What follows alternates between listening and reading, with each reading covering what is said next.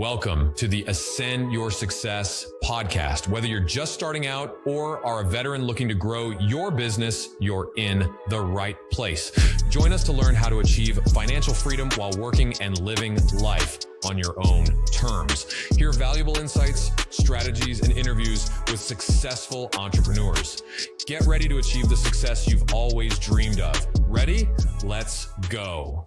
What's going on, guys? My name is Wyatt Reed, and this is the Ascend Your Success podcast. And today, I get to interview my friend Michael with Be Someone podcast. We just got off of your podcast a couple of days ago, and I was like, dude, I got to have you on my podcast. So, dude, welcome. Thank you so much for being on here. Tell us a little bit about yourself and a little bit about like how you got started and everything like that. Yeah, thank you, Wyatt. That was a fun podcast. So, my name is Michael Hoang. I'm in Houston, Texas, and I got started in real estate because I had a full-time corporate job where every week I had to fly or drive to another city. I was working in, I think it was 38 states. And that was a big incentive for me to get into real estate because my wife at the time was in college. She was in a master's program, and she said, you can do whatever you want, while I'm in school.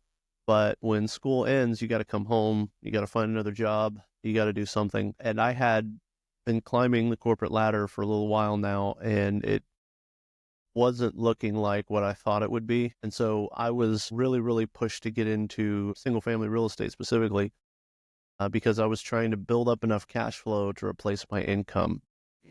And I learned that you don't need as much cash flow as you think you do.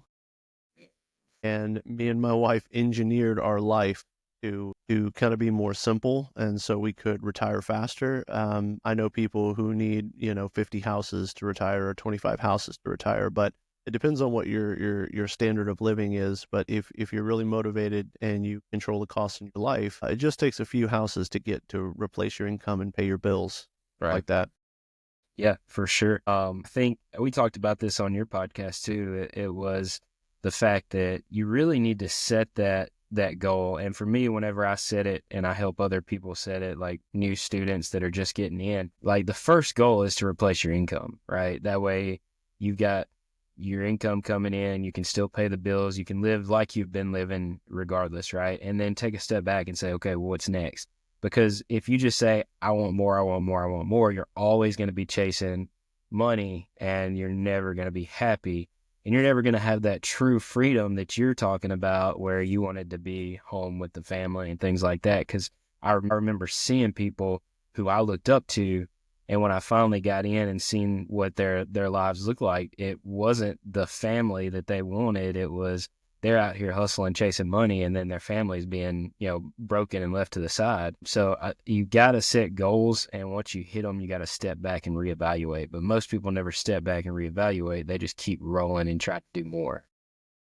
Yeah, that's right. And when I was in the corporate world, I always looked up to my boss or maybe my boss's boss, and I saw who that person was at my last job. I was there for 7 or 8 years, and the guy comes in at the crack of dawn, stays late, even if there's really nothing to do. And he was living paycheck to paycheck on, I think he was making maybe $250,000 a year. And he was miserable. He had a rough family life. He didn't get to be home every single holiday. And I was thinking to myself, like, what am I doing? What am I building for? What am I striving to? If I got to wait till I'm 60 years old to be this guy and then look at how his life is, I felt like I needed a change. Yeah, and so our first deal, as I got to give a lot of this credit to my wife, because when we met and we had not got married yet, I told her what my plan was with real estate before we even got together, and she loved it. And I said, well, our first deal might be a house hack. And so, how's that conversation look? Is that? I mean, you said at that time you didn't have kids, or you did have kids? Did not have kids then, still don't have kids now. God willing, we'll be having kids this year or next year. And full disclosure, we don't even know if we can have kids. We've never tried, so we'll figure that out coming soon. Heck yeah. Well, it's a lot easier to have that conversation without kids, for sure. Yeah, yes it is. It's a whole different world. And so, For those of you who don't know, there's two ways to house hack. One, you could buy a duplex, triplex, or fourplex. You live in one unit, rent out the others, or you can buy a house and live in one of the bedrooms, rent out the others. So we were looking for 2 to 4 units originally, but she lived out of state and she lived in another city. And so we were kind of in a rush to buy a place so we could move her here and start our life together. So we ended up giving up on the 2 to 4 unit, and what we went for was a single family home. And we were looking at houses that kind of fit what we were looking for. And this was maybe 2018, I believe. So we were looking for houses that fit what we were looking for, where there's like the master bedroom is far away from all the other bedrooms and everyone's got their own bathroom and stuff like that. And so we ended up buying a larger house in an older community, and we rented out the rooms. And the original plan was if we could have half of our mortgage subsidized, and I think at the time it would have been like we were paying $600 a month or $700 a month out of our own pocket, we'd be happy. Right. But what the miracle of real estate is, the rents always come in higher than you expected.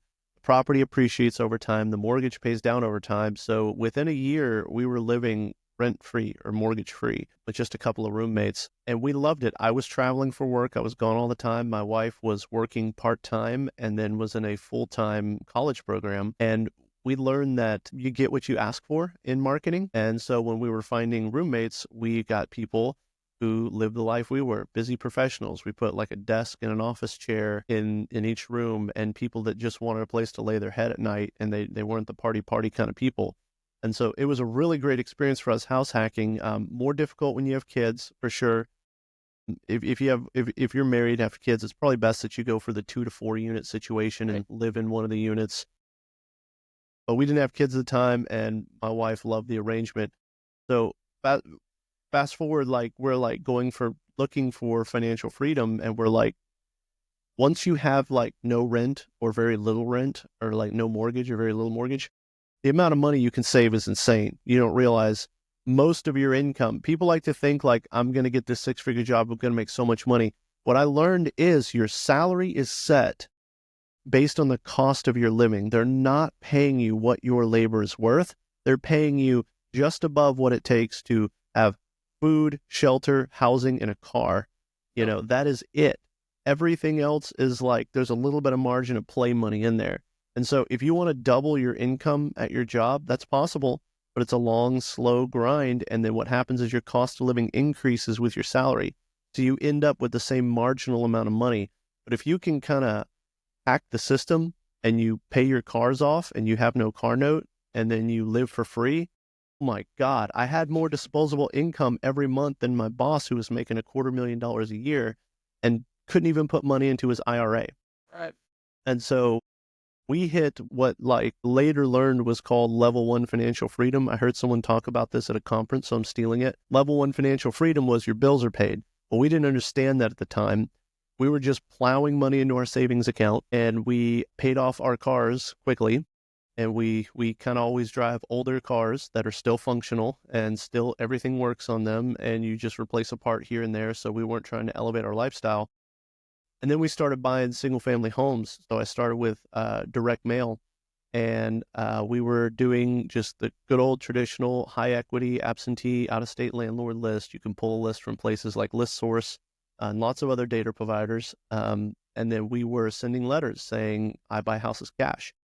We learned this from a mentor that I engaged with, and it was really important for me to get a mentor. I did the house hacking thing without a mentor, and that was fine. But I when I started, was going to ask you, where did you learn about the house hacking thing? Was that like a Bigger Pockets thing? I know absolutely, they're huge in house hacking. Brandon Turner back in the day was huge on that. Yeah, absolutely. And so I started by listening to Bigger Pockets, probably, I don't know, what was it, 2014, 2015, 2016? I don't know when it was, whenever the podcast was still just Josh Jorkin and Brandon Turner. Good old days. Yeah, the good old days for sure. And it's totally different now. They were still trying to figure out this whole Bigger Pockets podcasting thing, and no one really knew what they were doing. It was very organic. It was very authentic. I loved it back then. And so that was kind of like my master's degree in real estate, because they came out with an episode once a week. And then at the end of that episode, the guest would recommend a book. And what I would do is I couldn't wait for the next week's episode. So I would read or listen on Audible to the book the whole week and try to finish it before the next Bigger Pockets episode. So I did that for 4, 5, 6 years. And so one of my private lenders told me, and I stole that from him. He said, that was your master's degree in real estate, was doing that for many years.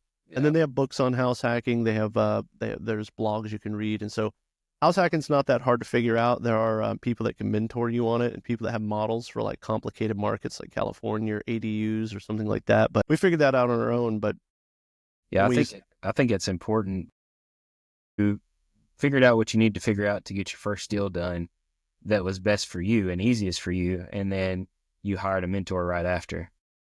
I think that's to take it to the next level. And I always tell people that are listening, like I say this probably on every podcast, but we're not telling you to do anything we don't do ourselves. Like me and you are both in masterminds. We got a couple of things we do together. Like we hire mentors, like thousands and thousands of dollars for mentors, mentorships, and events that we go to and things that we do to go and learn and be around people who are doing bigger and better things than us. So like, I think it's so important that it just slingshots you like to the next level. You don't have to think about what you're doing. They tell you exactly what you need to be focused on. So you cut out a lot of that learning curve by hiring a mentor. yeah, that's right. And if I'm remembering correctly, I've had 4 mentors that I've paid good money for in my life. And then as my life evolved, I've needed different mentors. I've had a single family mentor, a multifamily mentor now, which is something I'm getting into. And so as your business rise, you're going to hit these plateaus and you're not going to know what to do next. Instead of you waste a bunch of money and figure out the wrong way how to do things, you can go to someone and get their blueprint or get their expertise on it.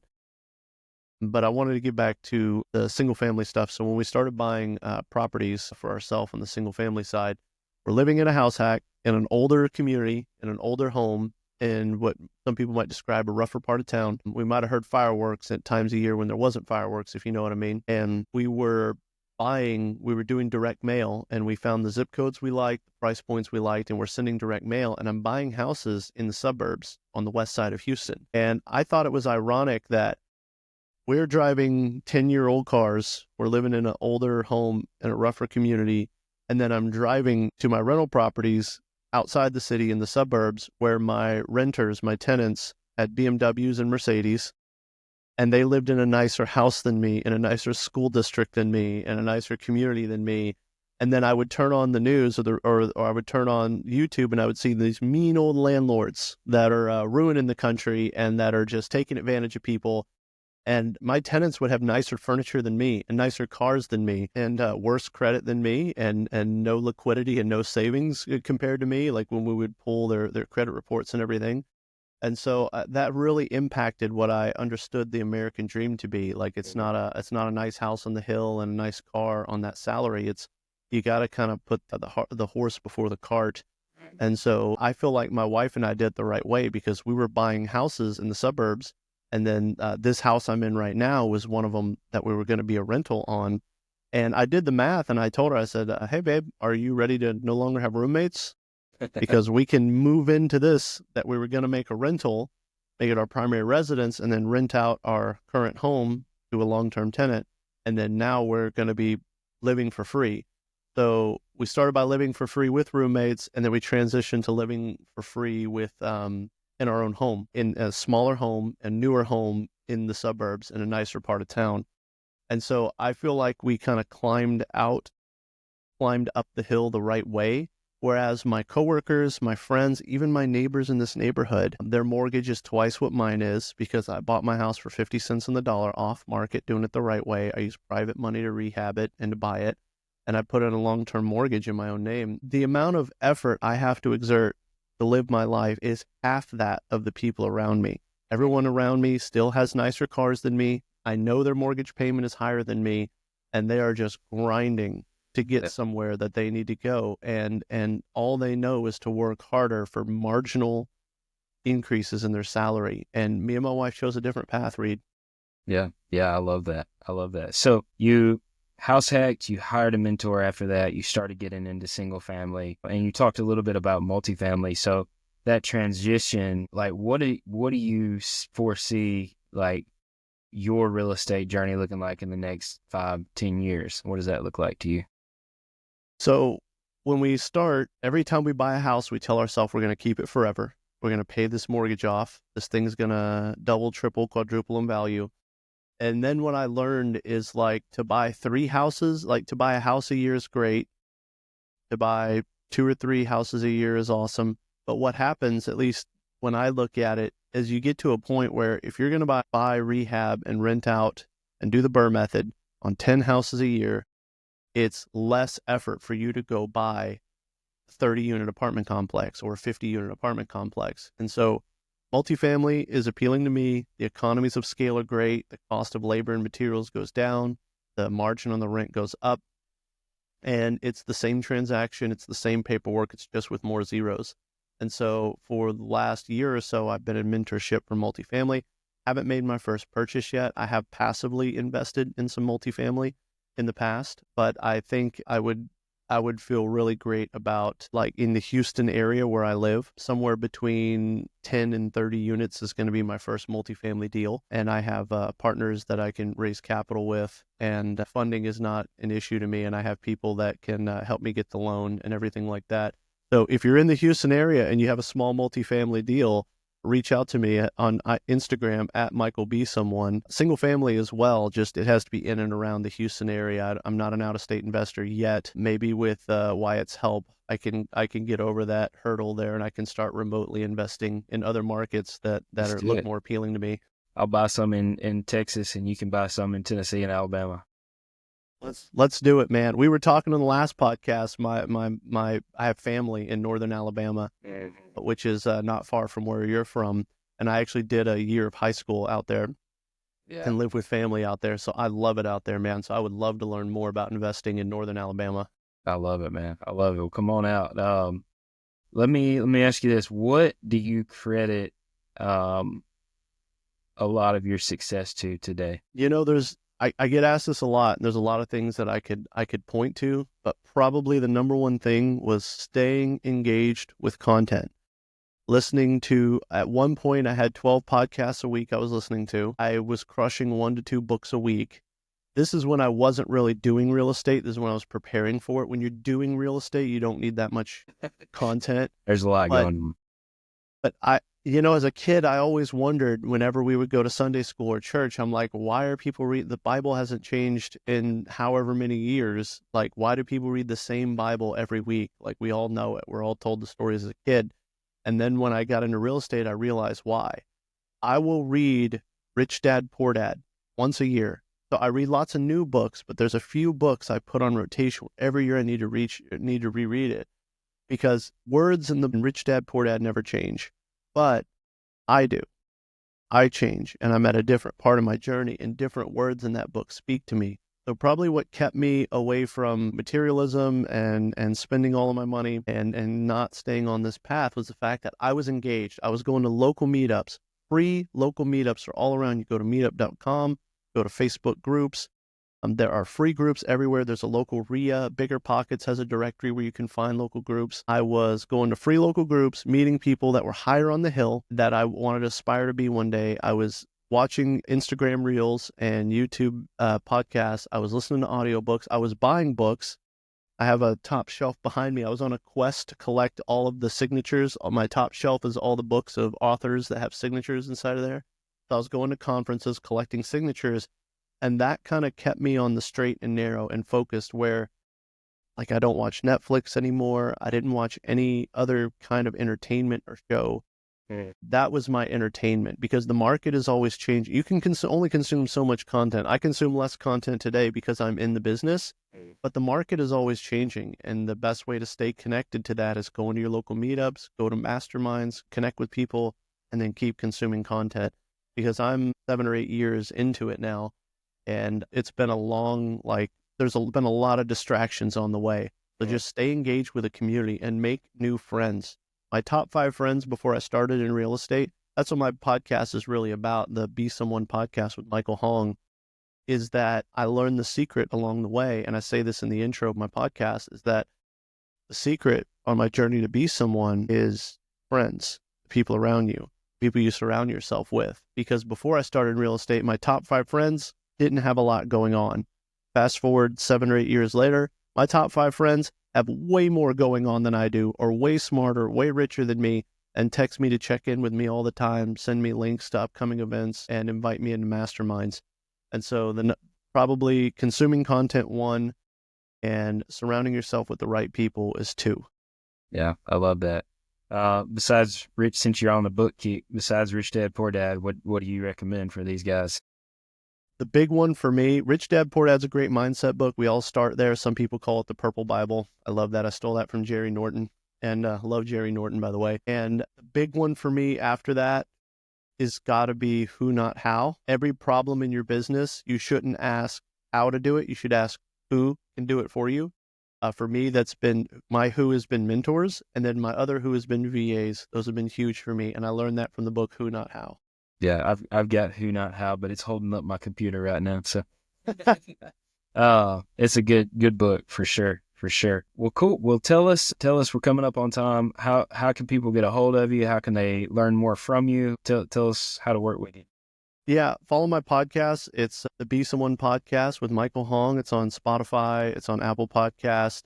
You can also follow my YouTube channel. We post the whole podcast there. Michael Hoang on YouTube, at Michael Be Someone. You can also message me on Instagram, Michael Be Someone on the IG. And then I give my cell phone number away because I haven't regretted this yet. So guys, don't make me regret this. It is 832-301. Please text me. Don't call me. I get 1,000 spam calls a day. I won't answer it. Just shoot me a text if you have any questions. And if you're in the Houston area, you have a deal you want to send me, please send it my way. And I would just love to I follow people back, and I'd love to follow your real estate journey as well. Heck yeah, man. Thank you so much for being on. Thank you for providing value. I feel like we need to do a part 2 to this because there's so much more we didn't get into. So we'll schedule that and get another marketing conversation going on too. But thank you so much for being on, man. Yeah, I love it. Let's do another one where we talk just about marketing and closing deals and getting into seller mindset. I would love that. Well, hey guys, if you heard anything that you like, or you're like, man, I'd love to get into that or be a part of that community that they were talking about, go to ascendyoursuccess.com, fill out the form. I'd love to I have a conversation with every single person personally that fills out the form. So you talk to me, and whether you're in or out, we'll see you on the next one.